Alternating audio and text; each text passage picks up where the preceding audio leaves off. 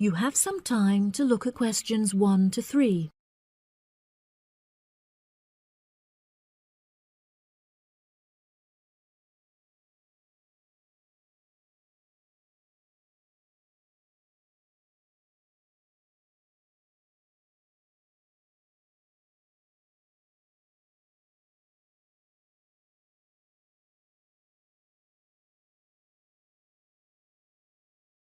That'll be $23. Right, there's your change. Have a nice trip. Oh, I'll just get your bags out of the boot. Thank you very much. Now, George, let's find the check-in desk. Yes, but with all the changes they have made here at the airport, I'm not sure where the check-in desk is. I know, it's strange, isn't it? Why don't we ask for help? Good idea. What about that man sitting down over there? Which one? The one with the hat on and in the trolley? No, the one with the uniform behind the table. I'll ask him. Excuse me, could you tell me where the check-in desk for France Air is, please? Oh, let me think. The best way to get there would be to turn left at the end there, where the cafe is, and then go straight ahead until you're opposite the departure gates entrance. Oh, no. Sorry. It might be quicker to turn right as soon as you get past the cafe, and keep going along the corridor until you come to the sliding doors at the end. On the left. Yes, that's it. All the check-in counters are in a hall there. I'm pretty sure France Air is directly to your left as you walk in the hall. Thanks a lot. So, it's the left past the cafe and then right opposite... The bookshop. You can't miss it. Come on then, Lisa. We don't want to be late, and I want some time to get a cup of coffee and look around the bookshop. OK, George, but I want to go to the restroom first. I'll meet you at the check-in desk.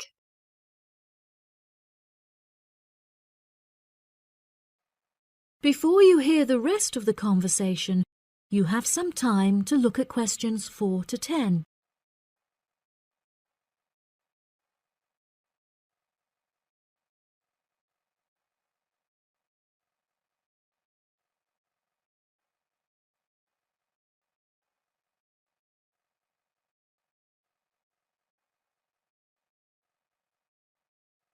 Now listen and answer questions 4 to 10. Good morning. Can I help you? Yes, I would like to check in for flight FA492. Very good. Can I have your ticket and passport, please? Oh, yes, here you are. OK, thanks. If you could just put your suitcase on the scales. Oh, I have this extra box that I want to take as well. OK, well, that's extra luggage, so I'll have to get you to fill out an excess baggage declaration certificate. It'll cost extra, I'm afraid. Let me see. $40 exactly, if the total value of your contents is under $400. Oh, well, what's the form for? It's just a form you have to fill out so that if there are any problems, we'll know where you are and how to contact you. So, if you can give me a few details, I'll key in the information. OK then, your passport says your name is Lavier. Is that right? Yes, George Lavier. George, Lavillliers.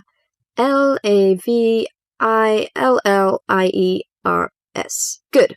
Now, nationality. French? No, wait a minute. It's a Swiss passport. Well, yes, I live in France, but I was born in Switzerland. Swiss. Very good. Flight number FA492. Destination is... Paris. Are you connecting with any other flight in Paris, or will you be staying there? I'm spending my vacation in Paris. Well, Sèvres, just outside Paris. OK. So what's the phone number there? Let me think. The country code for France is 33, and the number is 198614537. Right, so that's 331-9861-4537. Yes, that's it. And can you tell me briefly what you have in the box? Well, there are some books, just university textbooks from last semester, some clothes, and, my computer disks. OK, thank you. And what would be the approximate value of the contents? Quite a bit, actually. About $150. That's all. There's your receipt for the box, your passport and ticket, and here is your boarding pass. Gate 7. You can board the plane in about 35 minutes. Have a nice flight. That is the end of part 1. You now have half a minute to check your answers.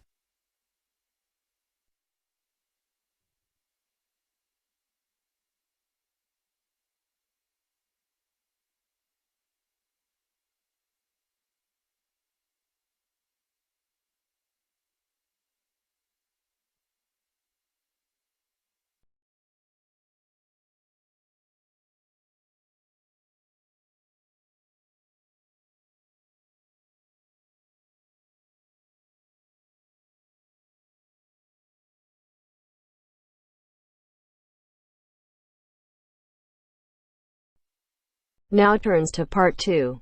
Part 2. 2. You are going to hear a talk given by an international student.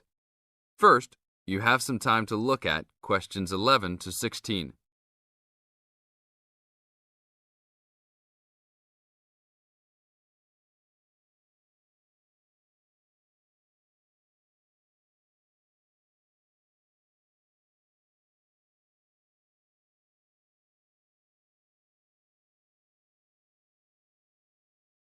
Now listen to the tape and answer the questions.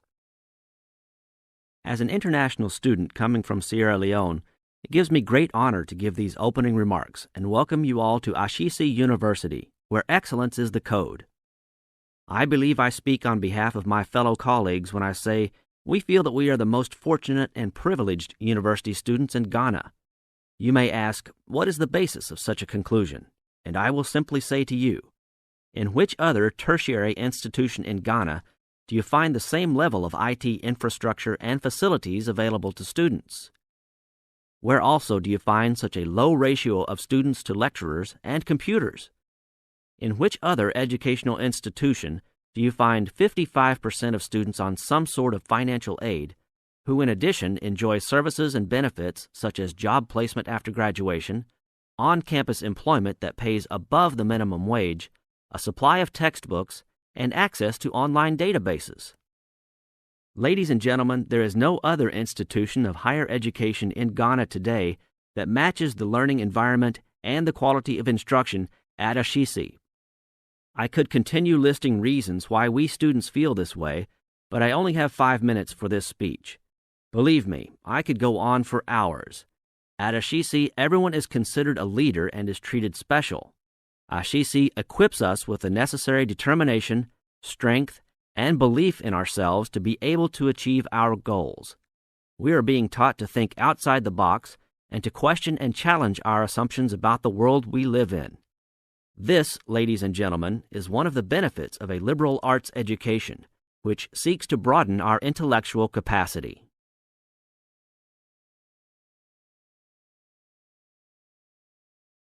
Now look at questions 17 to 20.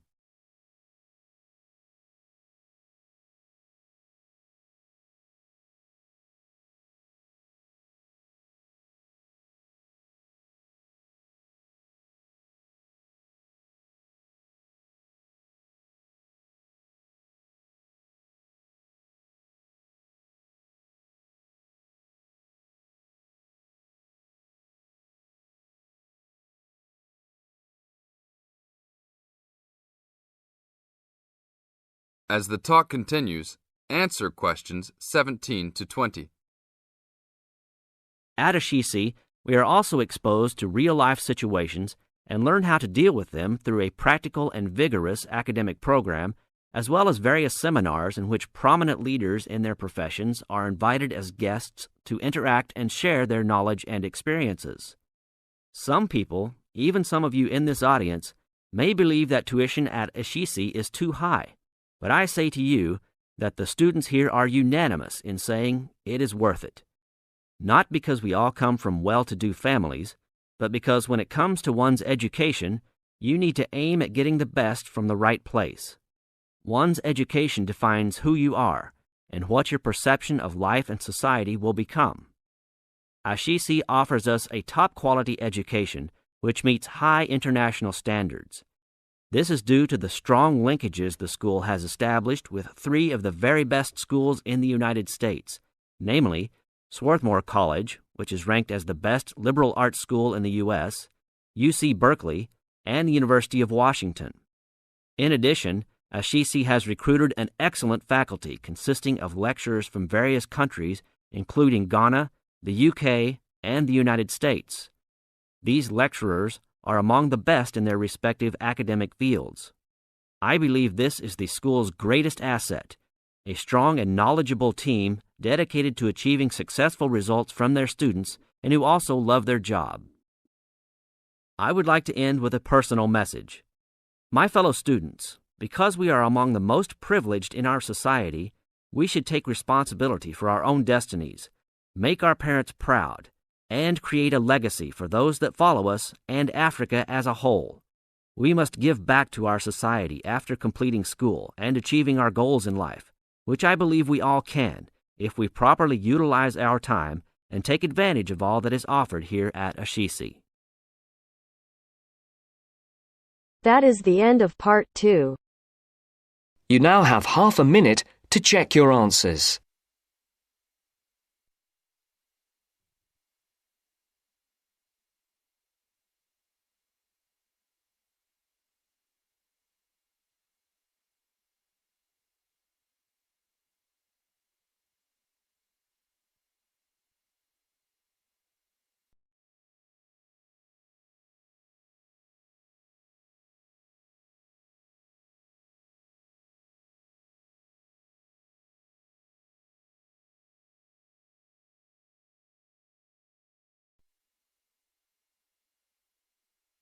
Now turns to part 3.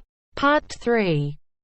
You will hear a tutor and 2 students discussing the best ways to study. First, you have some time to look at questions 21 to 25.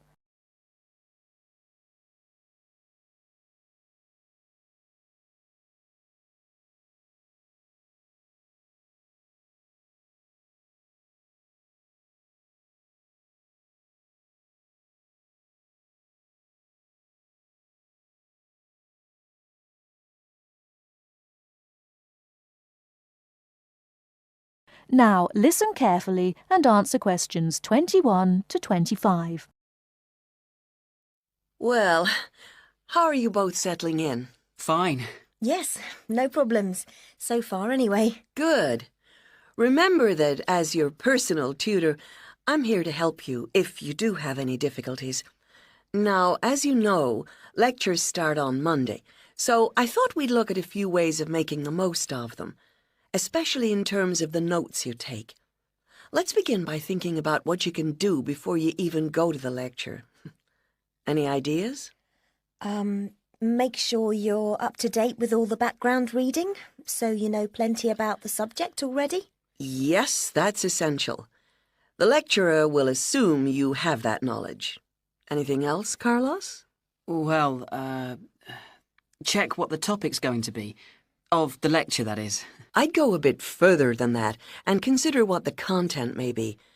Then you could ask yourself some questions that you want answering and listen out for the relevant information during the lecture. Okay. Now that brings us to the lecture itself and the actual business of writing notes. But there's a lot to deal with there, so we'll come back to that later. What I'd like to do for the moment is continue with the process of note-taking and move on to the next stage. Any suggestions for what that might be? When the lecture is over, you mean? Yes, once you're able to sit down somewhere quiet with your notes. Read them? More than that, you need to make sure they'll still make sense to you weeks, months later. Edit them? Yes, that's what's needed. It's well worth spending a few minutes on it.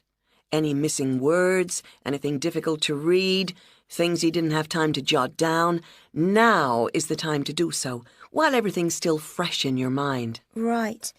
And after that, when's the best time to revise them? When do you think, Carlos?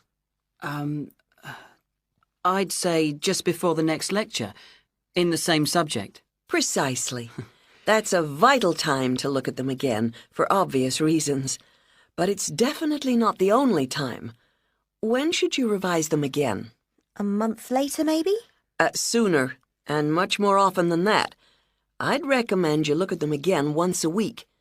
That's why it's so important they're complete and easy to follow.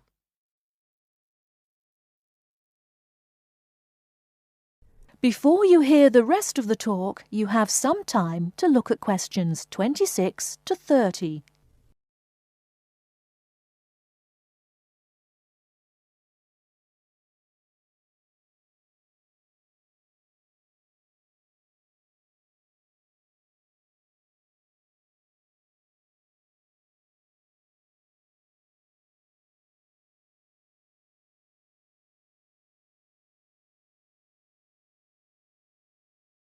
Now listen and answer questions 26 to 30. Right. Let's go back to note-taking and begin with the basics before the lecture has even started. What should you do when you walk into the room? Get a good seat, at the front if you can, where you can hear clearly and avoid distractions. Yes, though obviously others will have had the same idea, so it's as well to get there a bit early. So, when the lecture's underway and you're busy jotting things down, what should you try to ensure? That you're getting all the main points. And what if you don't catch something you know must be important? I'd leave a space. Then I could check it later, perhaps by asking a question at the end and fill it in afterwards. That's an excellent way to deal with it, yes. And there's something else I'd like to mention here. Talking about going through notes afterwards, it's absolutely vital that what you write is legible for one very good reason. It saves time. You'll waste many hours during the course if your revision is held up because you can't read what you've written. Okay, what else can we do to make listening and note-taking more efficient? Well, I always listen out for signpost words. Sorry, what are they? They're the ones lecturers use to say where they're going. A bit like a signpost at a road junction, I suppose. Things like, the first reason is, however, to sum up, and so on. Yes, they can tell you when something important is coming, and help you organize your notes, too. Is there anything else you can add, Carlos? There's something I think's very useful, but it's later, after the lecture is finished. That's fine. Go on. Well, what I do is go through what I've written down, summing up the main points in a few words in the margin, on the left-hand side of the page. I try to use words that'll jog my memory, so that I can remember what everything's about when I look at them again. Yes, that can work very well. What some people do to review their notes is cover up their full notes from the lecture, maybe with a piece of paper or a card, and concentrate just on what they've put in the margin, trying to recall the details. Then they move the cover down a little and check whether they were right. Or you could put your main points on another piece of paper and clip them together. Instead of covering and uncovering, you just hold a page in each hand. Sure. It's down to personal preference, really. Everyone has their own learning style. That is the end of part 3. You now have half a minute to check your answers.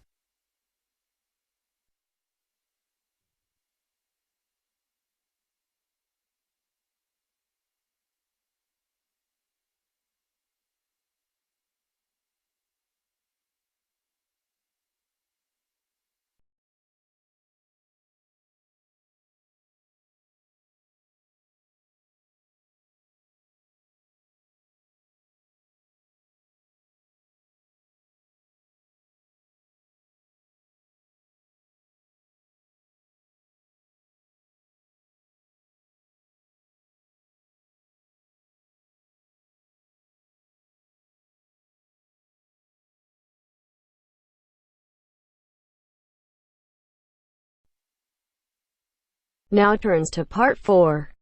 Part 4. You are going to hear a lecturer giving a talk on a type of fundraising for business called crowdfunding. First, you have some time to look at questions 31 to 40.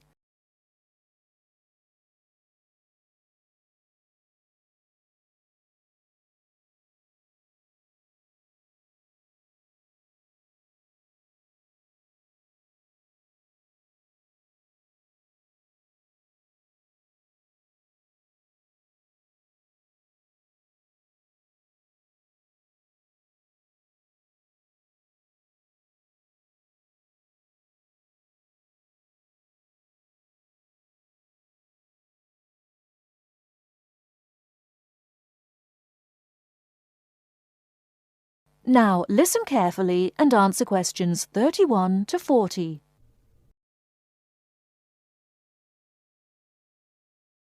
Good morning, everyone. Today we're continuing our look at funding opportunities for small startup businesses. The emergence of social media has given companies the ability to connect with fans and potential customers directly. On the back of the growth in social media, a model of raising finance has emerged known as crowdfunding. This revolutionary way of raising finance began with micro-lending in the 90s. More recently, an equity-based model has emerged that allows people to invest directly in a new company. We're going to examine this in more detail later, but let's turn first to a third model, which I'll term a fan-based model. With this model of crowdfunding, individuals are encouraged to give an amount of money to support the launch of a project or initiative without the promise of any financial return. Instead, there's a reward for donating. This contrasts with the micro-lending model, which would require a return on investment, and the equity-based scheme, which may offer shares. Crowdfunding portals or websites allow the business concerned to present the initiative along with the financial target required. There's a fixed time limit for fundraising, and if the target amount is reached, all donations are paid to the company or individual. Whether it's an author planning to write a new book, an independent film company looking to make a new film, or a technology company with an idea for an app, the person or company needing funding would turn to its fan base for support. This is managed through one of the many crowdfunding online portals that have emerged. Of course, a fan or supporter of a particular initiative is likely to give money anyway. But donation-based crowdfunding will often make donating even more attractive by offering a rewards-based incentive scheme. Let's take a film company, for example, that needs funding for a new film. For a small, set donation, the donor might be offered a free ticket to the premiere or a DVD of the film. A larger set donation might be rewarded by the chance to attend a launch event when the film goes live. Those people who make bigger donations could even be offered the chance to meet the cast of the film, whilst the highest level donation could see the person's name mentioned in the film credits. For companies that already have a significant fan base, crowdfunding offers a fantastic opportunity to raise money quickly from a large number of people, each of whom donates just a small amount of money. Compare this to the time and effort that would be needed to sell your idea to investors or your bank manager, particularly in an age when raising finance can be difficult.